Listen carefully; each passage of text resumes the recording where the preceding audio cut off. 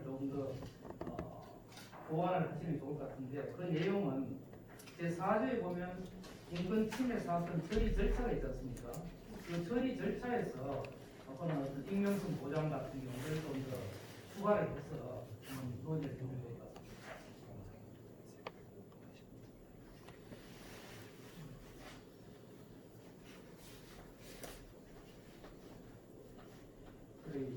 제 생각에는 방금 우리 담당님께서 말씀하셨지만 지금 현재 기존의 성매매, 성희롱 등과 관련되어지는 익명성 보장 절차 규정이 있을 것 아니겠습니까?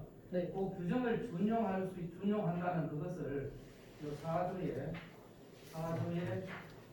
사건 처리 절차에 좀 보완을 하셔가지고 하시면 익명성 보장이 강화되지 않겠나 생각합니다. 또 정확한 그 규정은 무엇이죠? 성희롱,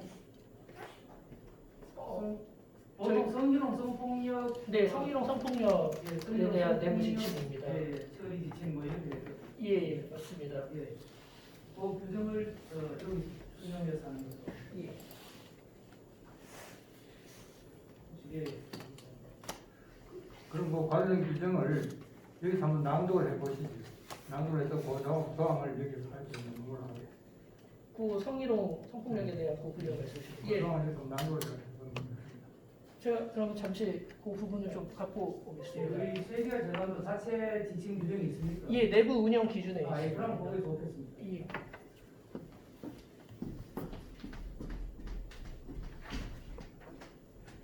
내용이 있으시면 의견 말씀해 주시죠.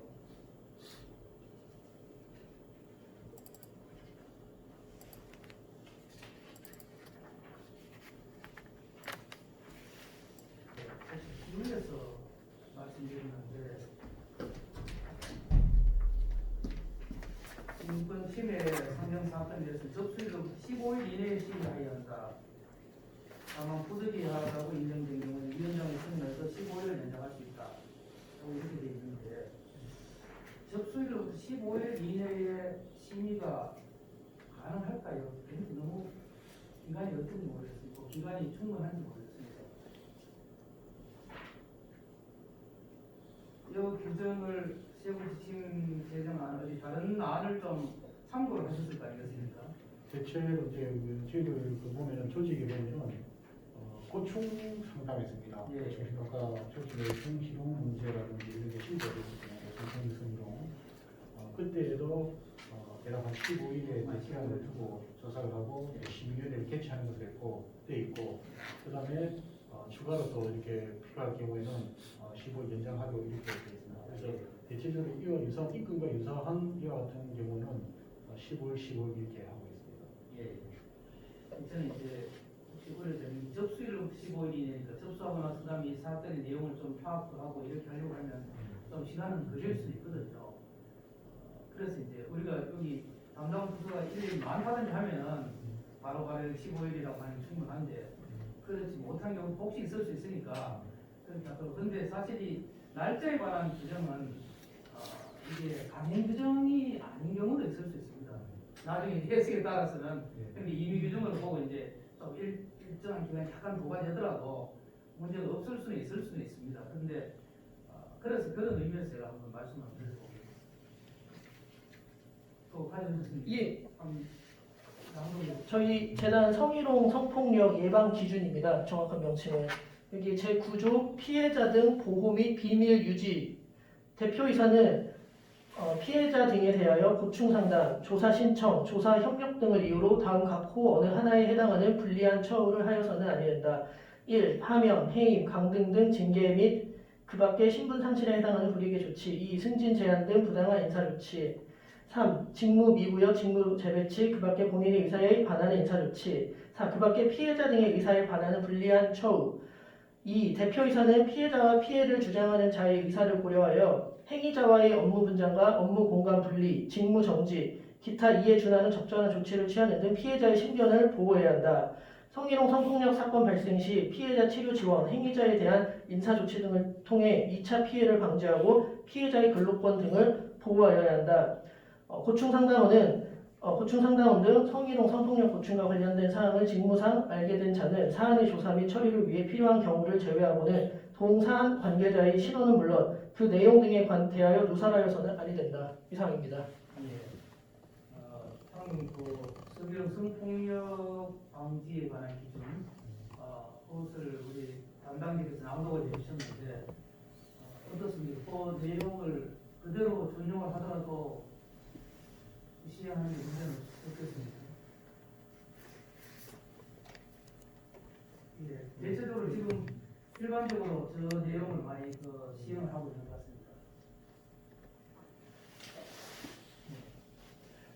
그러면은 저거 지금 저 내용을 다시 일일이 여기에 다시 규정하기에는 좀 상당히 일관이니까 중점 규정 하나 줘가지고 그게 뭐지? 성희롱 성폭력. 신고자의 뭔가 피해 방지 및 익명성 보장 뭐 그런 것은 그 규정을 따른 걸 준용한다 이런 규정으로 예, 그게 좋겠습니다. 그러니까 그렇게 4조가 1항에서 5항까지 있지 않습니까? 그럼 4조 6항에 그 내용을 피해자의 신분 보장과 익명성 보장. 그 아까 제호가 뭐였습니까?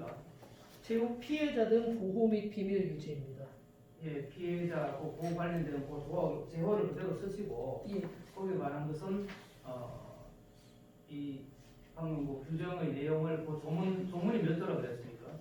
제 구조입니다. 그 제9조를 준용한다.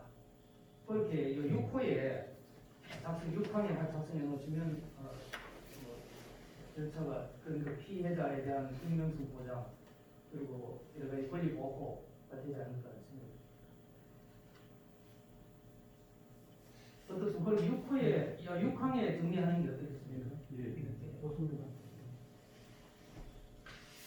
그럼 구제 절차와 관련해서 다른 혹시 의견이 자, 조금 전에 그 위원장님께서 또 좋은 점을 또 지적해 주셨는데 이 상림의 사건에 대해서 15일 이내에 심의해야 한다.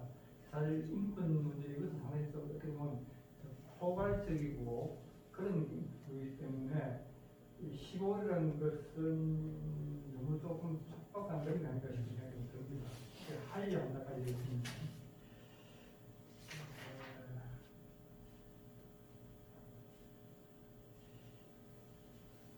15일 이걸 좀 연장 조금 더 늦추는 게 어떨까 싶은 생각이 듭니다. 15일 한 30일 정도? 그게 좋은 거였습니다. 30일 정도. 여기서 충분히 기간을 정해놓고 그리고 나서 그런 준비라든지 절차가 이루어지면 그것도 빨리 이제 진행시키는 것은 필요하지만 기간에서 너무 촉구가 되면 시행 기간에서는 굉장히 이 문제 때문에 자체적으로 상당히 어려움을 가져올 수 있거든요. 그리고 이제 다른 기관이라든가 이런 데서 왜 15를 2주 15일을 많이 규정하냐 그러면 피해자 입장에서는 하루하루가 고통스럽거든요. 그러니까 그렇기 때문에 빨리 사건 처리를 해결 안 해주고 15일 해주면 좋은데 아니고 한 달 동안 이렇게 끌고 또 끌면서 또 여러 가지 외부 요인이 들어가기 때문에 피해자 입장에서는 빨리 좀 15일 내로 처리해주기를 원하지 않을까 싶은 생각도 듭니다. 아까 저도 이제 말씀을 드렸는데 다른 것하고 이상하게 이렇게 사실 준비를 했는데 저희 재단 같은 경우에는 해외 사무소가 있습니다. 해외 직원들이 있기 때문에 좀 특수성이 사실은 있습니다. 그 항공이라든지 이런 거 준비하고 그러면 그래서 뭐 가까이 있는 직원 같은 경우에는 뭐 시간이 15일 정도 하면 가능하지만 해외에 있는 직원까지 이렇게 다 포괄한다면은 사실 좀 시간을 인정하는 게 오히려 타당하지 않을까 싶습니다.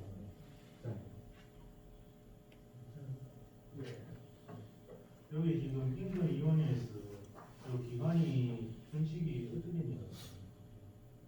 15일 정해기간이라서 인권위원회에서는 명확한 건 없고 기타 다른 공공기관들 요 지침을 참고했을 때는 대부분 다 15일로 보통은 되어 있습니다. 그 인권위원회에서는 날짜가 기간을 다 정해져 간 건 어떤가요? 예, 인권위원회에서는 없습니다. 그러면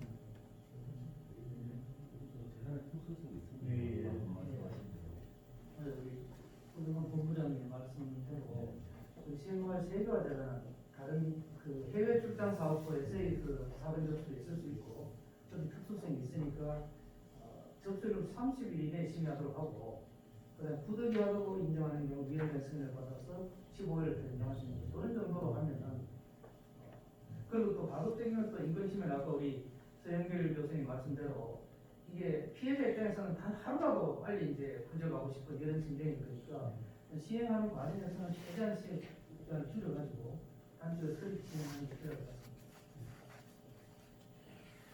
그러면 구제제도 절차 세부 지침 요 내용에 대해서는 어떤 두 개의 수정 내용이 있습니다. 그 첫째가 제4조 4항에 접수일로부터 15일 이내를 30일 이내로 심의하도록 하고 또 6항에서는 피해자 익명성 보장에 관한 규정을 성희롱 관련 규정을 준용한다라고 하는 것으로 하고 문헌은 조문의 문헌은 우리 담당자께서 문헌을 작성하셔가지고 나중에 내부적으로 결재를 받으시면 되겠습니다.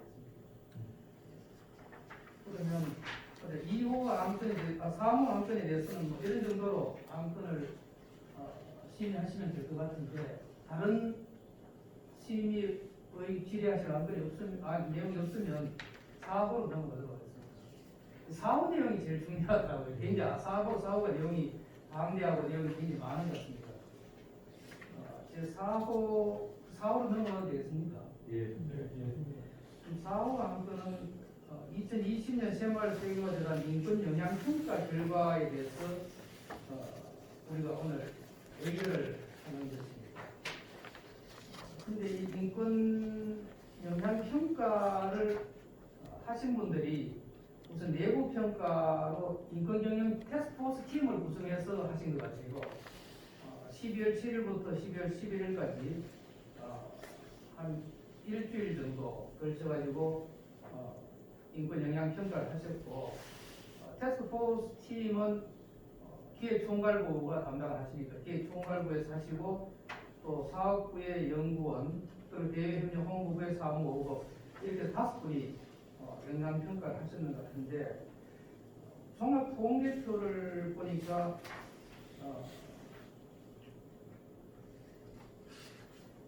전체적으로 한 80% 조금 넘는 그런 긍정적인 은행인 것 같고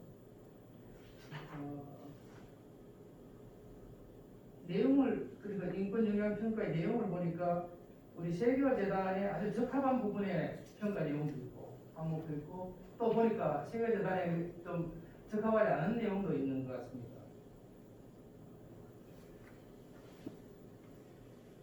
우선 그 종합평가 의견은 내용을 한 10가지 정도 나누어서 보셨는데 하나씩 차분하게 보시면 먼저 첫 번째가 인권 경영 체제의 구축 문제를 보셨고 두 번째는 고용상의 비차별 세 번째는 결사 및 단체 교섭의 자유 보장 네 번째는 강제노동의 금지 그 다음에 5번째 아동노동의 금지 그리고 6번째 산업안전보장 그리고 7번째 책임 있는 공급망 관리 8번째 전지 주민의 인권 보호 9번째 환경권 보장 그리고 10번째가 소비자 인권 보호 이렇게 해서 10가지의 내용에 대해서 평가를 하신 것 같습니다. 그리고 이 평가 지표는 뭐냐면 여기서 인권위원회에서 이런 평가 지표가 나온 거죠. 예, 맞습니다. 체크리스트를 그대로 썼습니다. 제가 보니까 인권위원회에서 사용한 인권 영향 평가 지표를 그대로 사용하셔가지고 평가하신 것 같은데 평가 대상은 우선 그 내부 직원들을 대상으로 평가하신 거죠. 예, 맞습니다. 1차 연도는 내부 현지에 있는 한국에 근무하고 있는 직원들을 대상으로 했습니다. 그렇죠. 그리고 여기 보면은 혹시 뭐 외부 뭡니까 인권 현지 주민에 관한 내용도 있고 또 외부와 관련되는 내용도 있고 이 부분까지는 이제 우리가 1차전이니까 영향 평가를 할 수 없었는데요.